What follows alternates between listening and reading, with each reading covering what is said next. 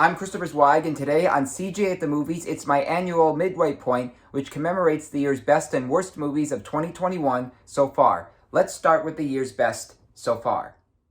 At number 10, Nobody. Bob Odenkirk gets the leading movie role he deserves as a family man who turns out to be some kind of a fighting machine. This is fun from start to finish. Let's hope they make a sequel that expands.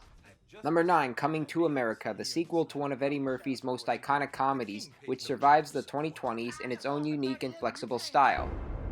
We are going back to America. Oh, hell no, Your Majesty.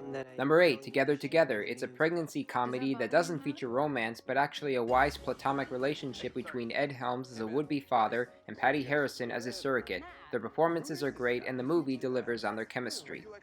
Number 7, Street Gang, How We Got to Sesame Street. If you love Sesame Street, and if you love the important messages that show provides, then you need to see how the making of it pays off. This is one of the most important documentaries of the year. Number 6, Raya and the Last Dragon. This is the first Disney princess movie to cut back on the singing and romance tradition since Brave, and turns the main heroine into an action hero. With a whimsical comic relief character like an Aquafina voiced dragon, East Asian culture, and some excellent visuals, this is truly an adventure film. I just shape changed. Dragons can do that? Look how close my butt is to my head. It's gonna make digestion so much faster. Number 5, The Mitchells vs. the Machines. This animated feature made the wise choice of changing the title from Connected because it makes more sense and provides a sense of nostalgia.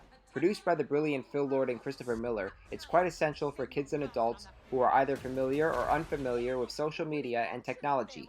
Number 4, Judas and the Black Messiah. Daniel Kaluuya is Black Panther chairman Fred Hampton, while Lakeith Stanfield is the FBI informant who betrayed him.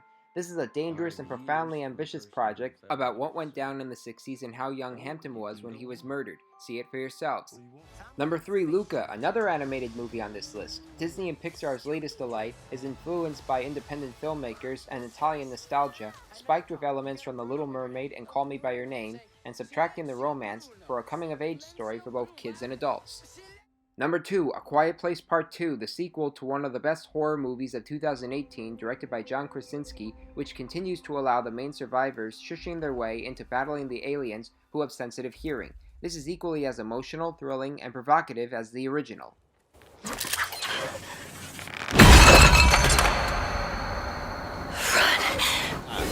I'm making moves, I'm making deals, but guess what? What? You still ain't got no skills. Number 1, In the Heights. Lin-Manuel Miranda's musical makes it on the big and small screens, and is so far the year's best movie and the year's best musical. Remember, this is so far. I still have 6 months left to find out what the overall best is, but in the meantime, this is thoroughly entertaining with its musical numbers, performances, and themes. Don't miss it. And now it's time for the worst movies of 2021 so far. Number 10, Vanquish. Seriously, I think Morgan Freeman needs a new agent because this routine action thriller was basically the same crapola we've seen done better before. Number 9, Bad Trip. I love Eric Andre, Laurel Howery, and Tiffany Haddish, but their hidden camera comedy was too mean-spirited and embarrassing for me to laugh my ass off at. I'm gonna get a selfie with the gorilla.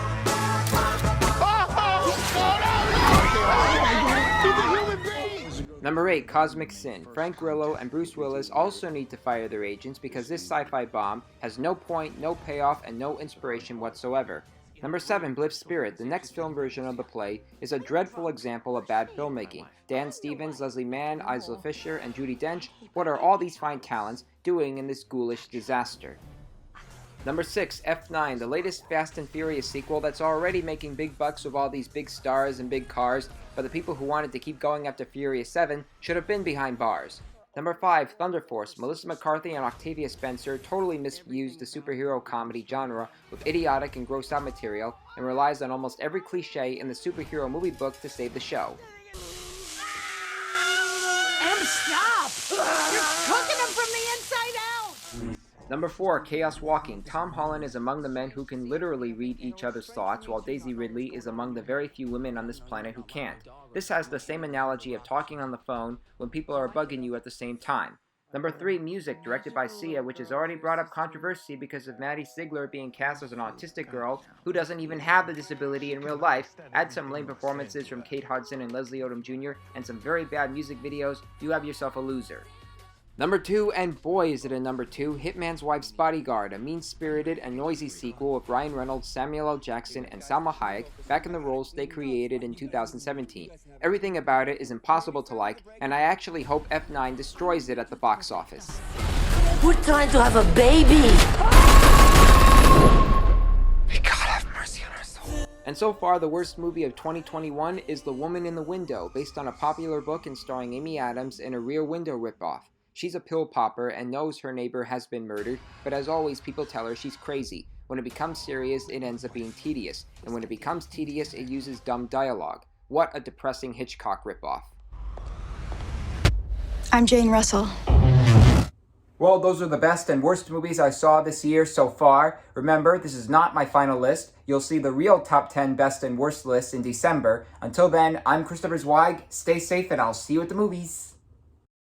For more amazing content, please like and subscribe to my channels. You can also read my reviews at cjatthemovies.com and listen to my podcast reviews at newhdradio.com.